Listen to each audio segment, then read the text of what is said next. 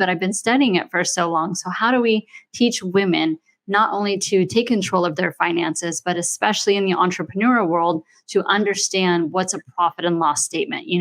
Are you actually making money at the end of the day? Did you pay yourself a salary? Like just some simple things that they can add into their world to make their money work harder for them.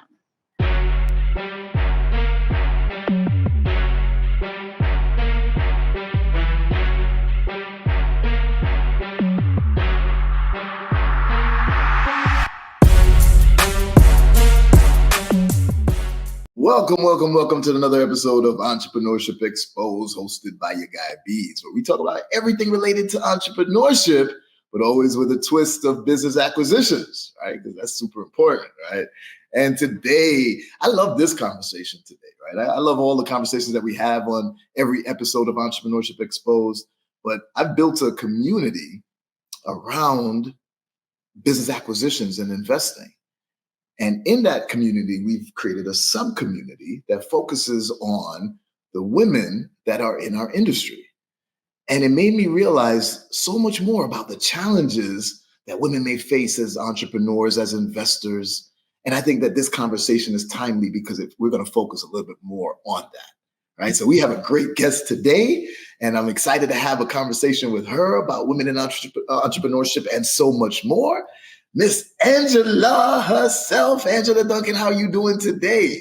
I'm doing amazing. Just came off a 3-day conference. I am ready to share some nuggets today. Oh, isn't that awesome when you come back, you're like hyped from a nice business conference and you're just excited. And I hope you were doing a lot of networking and that leads to new partnerships and everything. That's how you 10X, with no pun intended. That's how you 10X your business is through the relationships that you build, wouldn't you say? Yeah, absolutely. This time I focused really on not the number of contacts, but being very specific on who I was looking for so that I can help empower other women in their business too. Awesome. Well, tell the audience a little bit more about you so they know your background and how what you're doing now and how you came to that. Yeah, so I started in the childhood. I am a survivor of poverty and childhood abuse. What that means is we moved around a ton. I've lived in parks, cars, mobile homes, motels, other people's garages, all before the age of 15. And when I was 18 and able to sign my own lease, I moved out. I had 3 jobs, put myself through 5 years of college. And that's when I started studying about money. I always thought as a kid, if I had money, then maybe I wouldn't have to live this type of lifestyle. So that started my pursuit and my fascination with money. 25 years later, many businesses, careers. I get to empower other women and teach them about money and finance as well. I love that. Now, I got to ask you, because I'm going to tell you my favorite, but what is your favorite book recommendation that you would give people if they want to learn more about money? Yeah, my most recent is Candy Valentino, Wealth Habits. I love her and what she's teaching. And a lot of her book is just simple action items. And I think sometimes we get so confused and overwhelmed with information that we don't take action. So when I see a book about money that gives you breakdowns of what to do in order and really focusing on money mindset too. Awesome. I haven't read that one, so I'm going to add it to my book list. I'll have the team add it for me. So I make sure I check it out, and I'll let you know my thoughts after I read it too. But I want to tell you my favorite one, right? Now, I don't know if you read this one before, but for me, it's an old book and it gives the foundation of financial literacy, right? It opened my eyes to everything else that came after. And that book is The Richest Man in Babylon. Have you ever read that one? Yes, I have. Yep. I remember that book too. It was awesome. When you say it's like a real good foundation, and it's old, like I think it was in over 100 years or maybe by now, or almost 100 years old. And I was going to say one of the first money books, definitely. Yeah, and still so relevant, right? It doesn't matter how times have changed and all types of things, the foundation of financial literacy still remains as the same. And I think one of the key aspects of that is having your money work for you, having your money bringing in money for you, rather than. And that's one of the things that, people don't get when it's like, hey, the poor tend to spend based on consuming things. The middle class tend to focus on money in terms of improving their credit. whereas the rich and wealthy tend to focus more on their money in terms of having the money create more money for them. Mhm. What do you think about that? Did you say that that's an accurate assessment? Yeah, I definitely focus a lot on passive income. Time is our most valuable asset. I got to see Tim Grover during this conference, and he was talking about like, put your hand on your heart. And when you're feeling your heartbeat, know that every time it beats, it's one less beat that you have. And so you really have to Ooh. live your life. And I don't want to work every minute of every day. So passive income is so important now that I've, gone through this money journey. Yes. Oh, that was a powerful statement there.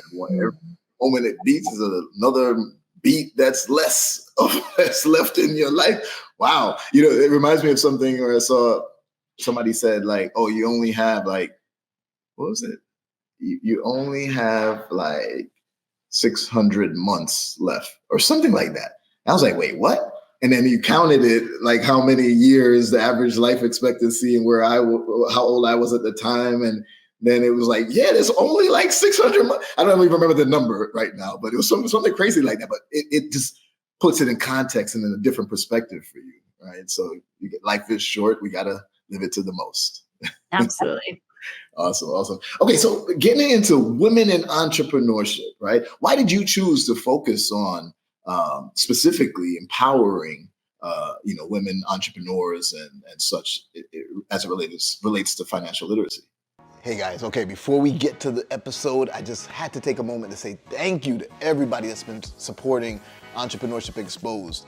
Your guy B's here and, just having a great time having these conversations, showing you every aspect of entrepreneurship. Because there's a lot of things out there that are, seems like all the glitz and the glam, everything looks good, but we want to make sure that you see some of the obstacles. Not things that will stop you, but just things that you need to know before you dive into this world of entrepreneurship. If you like this content, you like these videos, please just do me a favor and just make sure that you're subscribed to the channel. Make sure that you click the like button, comment on it, just tell me what you feel about each topic so I'll know how to adjust for other topics and have other guests on. And make sure that you hit the notification bell because YouTube's kind of weird like that. And if you don't have that notification bell, even if you're subscribed to me, you won't see a lot of my content. All right, so if you would like to support us, that would be the best way. Thank you so much. Now back to the episode. Women entrepreneurs and such as it relates to financial literacy. Yeah. So I always have been on this journey about learning more about money. And when I was married, I was, grateful enough that my ex, I ran our books and I did all the money side of our businesses. We had multiple businesses together and I've always been really good with the number aspect of it. But when I went through my divorce and kind of got around other women in a support group about divorce, what I learned is so many women, they don't pay attention to the household finance. And because our divorce rate is so high in the US, and oftentimes it's divorce related to money, it's such an important topic for people to learn, but it's not like rocket science, right? You don't have to be an engineer to learn about money. It's just some basic things that if you understood could just help you along your journey. And it was very sad to see all of these women that were going through divorce and didn't know what their finances were, didn't know how to make a budget, didn't know how much, rent cost and things like that. And it seems simple to me, but I've been studying it for so long. So how do we teach women not only to take control of their finances, but especially in the entrepreneurial world, to understand what's a profit and loss statement? Are you actually making money at the end of the day? Did you pay yourself a salary? Like just some simple things that they can add into their world to make their money work harder for them.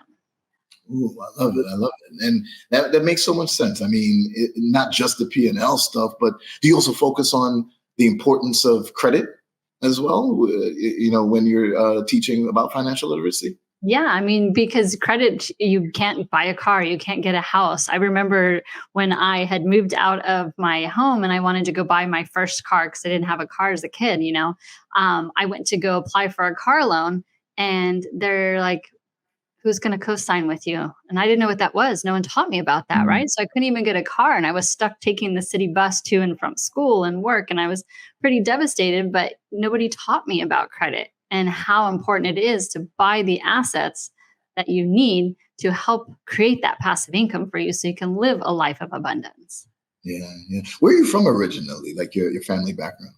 Yeah, so I don't really say I'm from anywhere. I grew up a little bit in California because I moved around so much. I lived in 8 states in 15 years. So San Diego, I guess, is my home, but my mom is half Japanese. She was born in Japan and they never talked about money. And then I didn't grow up with my father. So I didn't meet him till later on in life, but just nobody was there ever there to teach about money. Well, I didn't know that you're half Japanese. That's awesome. Do you speak some Japanese too? No, a quarter Japanese. My mom grew up mostly in the States, Oh, and my grandma would say because she moved here, right after the war with her two little girls, she said, "I don't want my grandkids to speak Japanese. I want you to be American," because at the time, obviously, Americans were not keen on Japanese people, and yeah. she moved to this country and didn't speak any English, so she was very adamant that I do not learn Japanese. Oh, wow. Very interesting there. Okay. All right. So let's talk a little bit more about, just some of the challenges that women in entrepreneurship may face, right? So we understand the whole concept of first the financial literacy aspect. That's regardless of if you're in entrepreneurship. You should have a financial literacy foundation if you're working a 9 to 5 or whatever it may be. Too often people focus on their 9 to 5 like it's security, but somebody could pull that rug from under your feet at any moment. So you got to have multiple streams of revenue, even if you want to stay in your 9 to 5.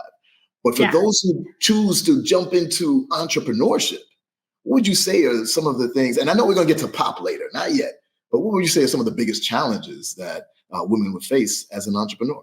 Yeah. So if you think about one thing, you mentioned credit, right? Women could not get their own credit card until like the 70s without a husband, son, father, a man to co write with them. They couldn't get a small business loan until later in the 80s. So it hasn't been that long that women could actually apply for credit or get funding. And even in today's world, if you look at venture capitalists or funding for small businesses, very small percentage comes to women and even smaller to the minority women. So the information that's out there for women and that funding piece of the business is still very tough for us. So we're bootstrapped, raising funds within our communities or families, or starting from scratch and just kind of growing it from there. We're a lot more availability of funds and resources to our male counterparts is available. And the other thing too, we tend to be a little bit more heart centered, I guess you would say. So charging more is very difficult for us, right? So sometimes creating more profit can be difficult because we don't want to charge more. Whereas a male counterpart sometimes will just come in and he'll ask for more and then earn it later. Whereas me, I'm going to earn it first and then I'm going to ask for more money later. But it's just a different approach. But doesn't mean it's right or wrong. It just might take us a little bit more time to create that kind of income and that lifestyle that we want to lead because we just approach things a little bit differently. I understand that for sure. So you mentioned about the funding and the ability to get funding and how that's still relatively recent for women. Now, this is a show about entrepreneurship, but we always have that twist of business acquisitions. Wouldn't you say that that's a perfect opportunity for women to look at acquisitions, acquiring a cash flowing business? So you don't have to worry about that bootstrap startup thing, trying to get funding in it, or VC trying to come in and get that funding and having the disparity between women and men. If you acquire a cash flowing business, you start off with a head start. Now, mind you, I'm sure that there's going to be potential challenges in getting some of the acquisition funding for Yeah, women as well. that's what I What do was you going think? to say. The, Oh, okay. the education piece of that, right? Because not many people know about creative financing and how you can buy a business with no money down. You need to create a win-win for you and the seller, right? And so my last set of businesses, I owned an insurance company and I bought my insurance company and then I added to it by acquisition because that was the quickest way for me to grow that book of insurance policies was through acquisitions. Florida's in a very tough market and has been for the past couple of years. Yeah. That's a buying opportunity, right? When there's just stress in the market, that's a buying opportunity. So people were wanting to get out of the insurance industry. That's where I'm going to come in and do a creative financing deal, split the profits in the future with them, which buys them into staying and helping you because the more they feed me, the more they make as well. So you've got to figure out what the win-win is. And until you can, get with someone like yourself and be educated about how to buy a business, how do you finance a business without actual money from your pocket? There's so many different creative ways to do that. But until you know, you just don't know what you don't know. Exactly. So for those who are listening on the podcast platform, you probably wouldn't have seen that I've been clapping nonstop. Every time Angela says something, I'm clapping up here. But it's because I love the fact that you already understand about acquisitions. You've already done acquisitions. You grew another company through acquiring another, right? Those are concepts that not everybody understands or even thinks is possible often, right? So I love that you did that. But you didn't only acquire businesses, you also exited, right? I did, yes. And so we'll talk about the cons about owning a company. So, I mentioned earlier I was married. We were very successful in growing companies together. But what I didn't understand is the skill sets that I lacked, because what I lacked, he had, and he was my partner in all of our businesses. And so when I went through the divorce and I thought, okay, I'm just going to do this myself. I'm going to acquire a company. I'm going to build it because, well, I guess I wanted to prove it to myself, right? But what I learned is the skills that I was lacking, like the marketing and the sales and some of the leadership roles that he took, and I didn't have to. I either needed to grow and become that person, or what I did is I ended up exiting. It was not the right fit for me. I was not the right leader. I did not have the right people on my bus in the right positions. I had hired some friends instead of the right people in the right positions, and it ultimately hurt me in my business. And so when you get to a point where you just don't want to come to the office, because I had to look in the mirror and say, I'm not the leader that they need for this company, which was very tough for me and my ego. I knew I had to exit, but I didn't want to just shut the doors down. So again, I go back to my creative financing days, find a partner who will take it over. I still profit share in that company, even though they're the owner, which again incentivizes me to keep around, to still talk to some of those clients, to feed them business. So while I'm not the leader of that company anymore, I still have a passive income and a passive role, which allows me to still have money from what I did build for the couple of years that I was in that business. I love that. But, maybe it's a women thing versus men, because you said, no, I don't need to have any ego in this. I'm looking at it objectively and I realize I'm not the best leader for it. So what's the next step? I love that you did that first and foremost. I was going to say there's a third option, because you said one option is the exiting. I forgot what you said the first option was. But the third option I was going to say is that, well, you don't have to be the leader in it, right? Especially when you acquire a cash flowing business, if there's enough revenue in there and you're getting to do all your due diligence up front to see that there's revenue in there, then you can just hire the right people. But you touched on that, because you said I didn't have the right people in it. I hired too many of my friends and things like that. So that's a huge learning lesson, teaching moment for everyone in the audience right there. Do not just randomly hire your friends and family. Hire the qualified people that you need for your business to succeed. Would you agree? Absolutely, yes. And take your time hiring people. If you want to take weeks and go through multiple tests or interviews, or have other people interview from your team, take your time, because I think that was really key too, is just really understanding what the person's strengths are and what I needed in that role, and making sure it matches, because I want them to succeed too. And if they're in the wrong role, then they're not going to succeed. And then it's just a lose-lose for everybody. Here we go. Exactly. And still, before we go into pop, because we're already touching on some of the pros, opportunities, and the problems. But before we go into it, I want to talk about, what are you doing now? Like, what other, in terms of entrepreneurship, what areas are you focused on in terms of creating new revenue and passive revenue as well? Yeah. So when I sold that company last year, it's only been about 13 months. I thought I was done. I said, I don't want to do this anymore. I don't want to be an entrepreneur.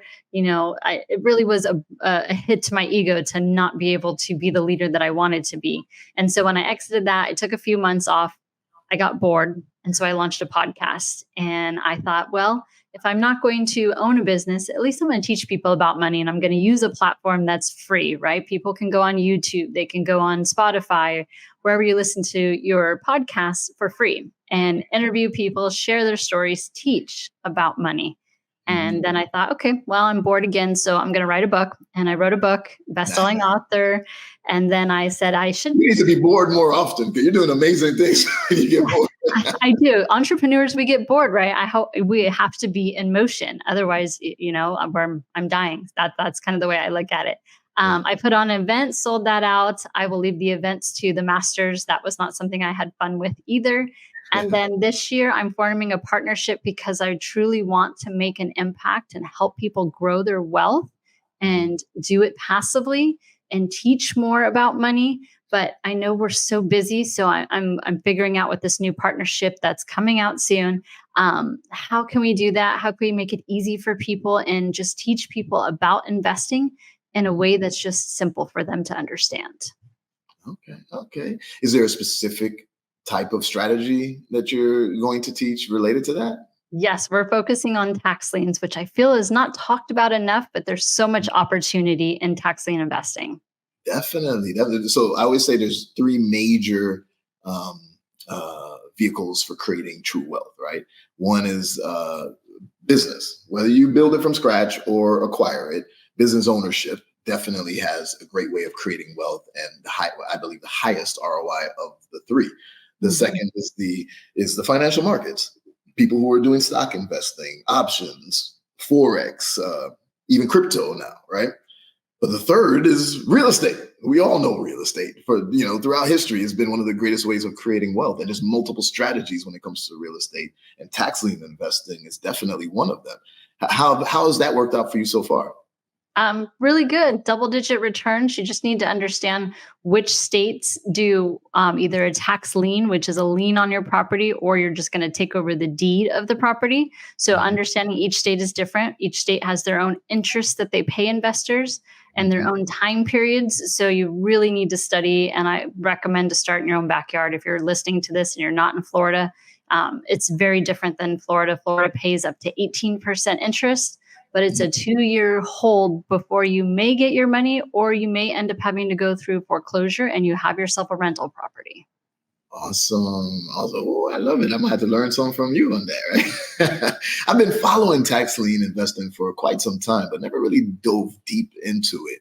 And but it really is, a phenomenal way to create wealth under that umbrella of real estate. All right. So with tax lien investing, would you say that what would you say is one of the biggest challenges of that specifically? Yeah. So some of the things I recommend, one, I said, make sure it's close to you because you want to drive by that property and look to see what's there. I don't want to invest in dirt. That's not something in my strategy. So I want to make sure there's a house that's still there. Someone could have had a fire, the house burnt down, they took the insurance money and walked away. Well, I don't want that situation. I want a house so that I know kind of how much rehab is it going to need? Is there someone living there that maybe I can just trade them some cash and we exchange the property and then they move on their way? But you also have to understand codes, make sure the codes of compliance are being met with the city. You also need to think about what other liens might be on the property. So there's a lot of due diligence that's necessary, but it's not difficult once you understand the process. Gotcha. And what would you say is one of the best aspects of tax lien investing? Yeah, not so much in Florida because of the 2-year period, but other states have much shorter terms that we can foreclose on. That's where the money is going to be, foreclosing on that property, grabbing the equity, because a tax lien is first in line. So if someone has a mortgage on the property, sorry, bank, you don't get paid. I got the property. They have to go after the homeowner for their money. So knowing that there's a good chance that there's equity in the property, that's going to be the biggest money maker when you're in tax lien investing. Ooh, I love it. Oh man, I'm gonna have to learn more about this for sure. All right, so now let's go more into the general pop. It's time to pop. Overall, women in entrepreneurship exposed, right? So we want to talk about some of the major pros or benefits or things that women are going to go through. And like, for example, I may think off the top of my head, if you could get the women certified businesses, that could, there's a lot of opportunity there, but you feel free to explain your pro opportunities, things that are existing or coming up, why you should really consider being an entrepreneur now, especially if you're a woman. And most importantly, the problems, which are not problems, but lessons that we can learn. What would you say that is? All right. So pros, men or women, the tax law is written for us. as business owners. There's so many tax laws that we can take advantage of that as a W-2 employee that you can't, right? So there's the potential to have much more keeping of your income as a entrepreneur. I also think that the women entrepreneur community is very strong. Like, we are together. We want to help each other, and we will bend over backwards to help each other's businesses grow, make connections. We're heart centered. So whatever I can do to help other people and other women, I do believe that there's a very strong women community that exists. You talked about the certifications there are for women-owned businesses, for minority-owned businesses.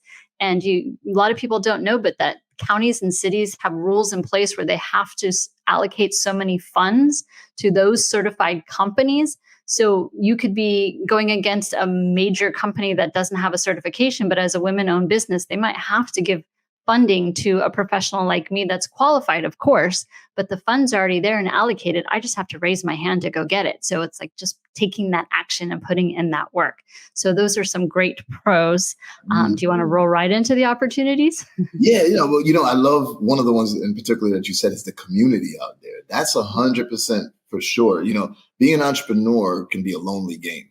Right. You can feel really lonely. It's like, oh man, my friends and family don't understand what I'm doing, and they're naysayers, and I'm just gonna focus and do it myself. And now I'm just like, I have nobody to talk to. But you're 100% right. The especially women in entrepreneurship, I've seen really come together and support each other more so than even men do.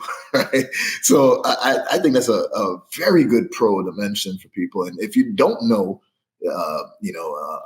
a support group or anything like that, obviously we have Empower Her Money, right, with Angela, but there's many out there, so look out for those for sure and make sure you take advantage of them. But let's go into the opportunities now. Yeah, so opportunities, I do think there's a lot more statistical information that the banks are starting to focus on women-owned businesses versus men, and they want to increase their numbers that they're lending to women businesses because some of the statistics are showing that we're less likely to not pay back the loans, like the percentage of women that pay back the loans versus some of the male counterparts because of the way that they've used to lend. I do think that the lending laws are changing and we're starting to see them focus a little bit more on women. So that's a great opportunity. There's also quite a few VC or venture capitalist funds that are solely focused on women, whereas we didn't have so many of those type of groups before. So the money is starting to come to the table a little bit more for us, which is great. But again, you've got to know what you're doing, how to pitch, how to use those funds, and really to make sure that you're successful and that your investors are successful too. But I think that's probably a big opportunity as we start to see some of that corporate and private money shift a little bit more focused to women-owned businesses. That's awesome. This is a perfect time for it, right? I always say that this is one of the greatest wealth transfers in history is happening right now. And a lot of things are shifting. Like, as we started off by saying, there wasn't a lot of opportunities for funding for women, to start up their business, to grow their business in the past. But now it's starting to change. So this is a perfect time. You might as well come in right now before something else goes wrong. So I love that opportunity, definitely. Now, the most important aspect, the problems or lessons, as I like to call them as well. Yeah. And we kind of touched about one of them offline a little bit. I work in the financial world, right? This is still a very male dominated industry. And although I'm intelligent and knowledgeable, I have different ways of approaching business. And sometimes it doesn't quite correlate to some of my male counterparts on what they're doing or what their ideas are. And if I'm going to be stern, sometimes in a situation when I'm negotiating, I could be called a name that isn't appropriate, right? Because I'm being stern and I'm kind of using my masculine side to negotiate. But I think that sometimes men just like to deal with men. It's like the good old boys club, especially in the money world. And it doesn't exist everywhere, but the older generation, I think, are still very used to having a man to deal with. And that's still going to be a problem, I think, for us a little bit. But it's just really study, invest in your own education, know your lane and your business. And when you come to the table with contribution, and just putting your own guard down first, I think that will help. I don't think it's going to alleviate it, and it may never. So that could be, one of the big problems that we're going to face. And charging more. I really challenge women all the time in their businesses to look at what they're charging and check out their competition. And no matter if it's man owned or woman owned, most likely we as women are charging too little, and we need to increase that and understand that our value is there no matter who we are, but base it both more on the numbers and the service and the product that you're providing, and not just the fact that I'm a woman behind my brand. I love it. I love it. And you know, I agree that it may never go away, but I do see that it's more prevalent in the older generations, right? Because like if I'm a business owner and I'm speaking to a woman who wants to buy my business, I feel like I'm more excited. I'm like, oh, thank goodness it's not a stubborn ass man. You know what I'm saying? Like it's weird because now the what's the word I'm looking for? The prejudice is kind of shifted because I'm like, I don't want to deal with this dude. I'd rather deal with a woman. But the older generations may be more like what you described. So I want to ask you this too, because I've seen this happen to some women in my community before in the BBI and, you know, learning to acquire businesses. I had this one lady who was integral in the community, and she was awesome, and she was a beast, knew everything, and she knew her stuff and was able to, you know, speak with the best of them. But then she was in this one deal, and she told me, you know, after she presented the deal structure, the guy was like, listen, honey, blah, blah, blah, blah, blah. That condescending tone, I'm sure, I hope you haven't, but I'm sure you probably have dealt with that before. How do you handle that? And how should women, you know, handle things like that when it's a matter of business and the man is coming off in a certain way towards them? Yeah, I had this happen to me. I was negotiating a commercial real estate deal, and the guy that was on the other side of the table, he said, "Oh, is your husband going to be joining us? Because I'd like to be able to negotiate with him since he's probably the decision maker." And I was fired up inside, but you know, I just kept my composure, and I was like, actually, I'm going to be the one that you are going to be negotiating with. I would love to help you sell this property for your client. And I do think that we're the right buyer. So let's sit down and talk about numbers. So I kind of just rolled right through it. As much as I just wanted to fire back, I knew that that wasn't what was right for the situation. And so I just had to keep my composure and not be emotional about the situation and go right into what I knew was the best interest for what we were doing, which was the number piece of it. There we go. We just got to focus on the business aspect of it. We have to suck it up sometimes. Now, and this goes across the board. It's not just women. You know, as a Black man in America, minority, I face it sometimes as well. I face it. I always tell the story of last year. This lawyer got on at the end of our deal 3 days before closing, and he's like, "I don't think you're going to be a good part of this community." And I was like, "Okay, I know where this is going." But it is what it is. And then shortly after, a bigger deal came up for me. All right, so we just got to keep pushing through. We got to roll with the punches sometimes, but we can't let it stop us overall. Wouldn't you say? Yeah.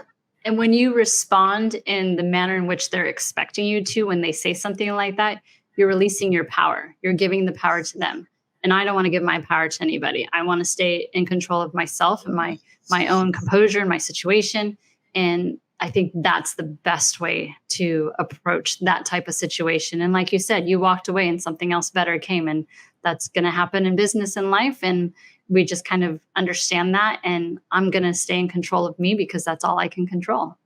There we go. There we go. I love it. And, you know, you use the word releasing the power. I always say it the same way, but I say it with leverage. It's like, I have all the leverage in the deal if I can control my temper. I have all the leverage in the deal if I'm willing to walk away from it.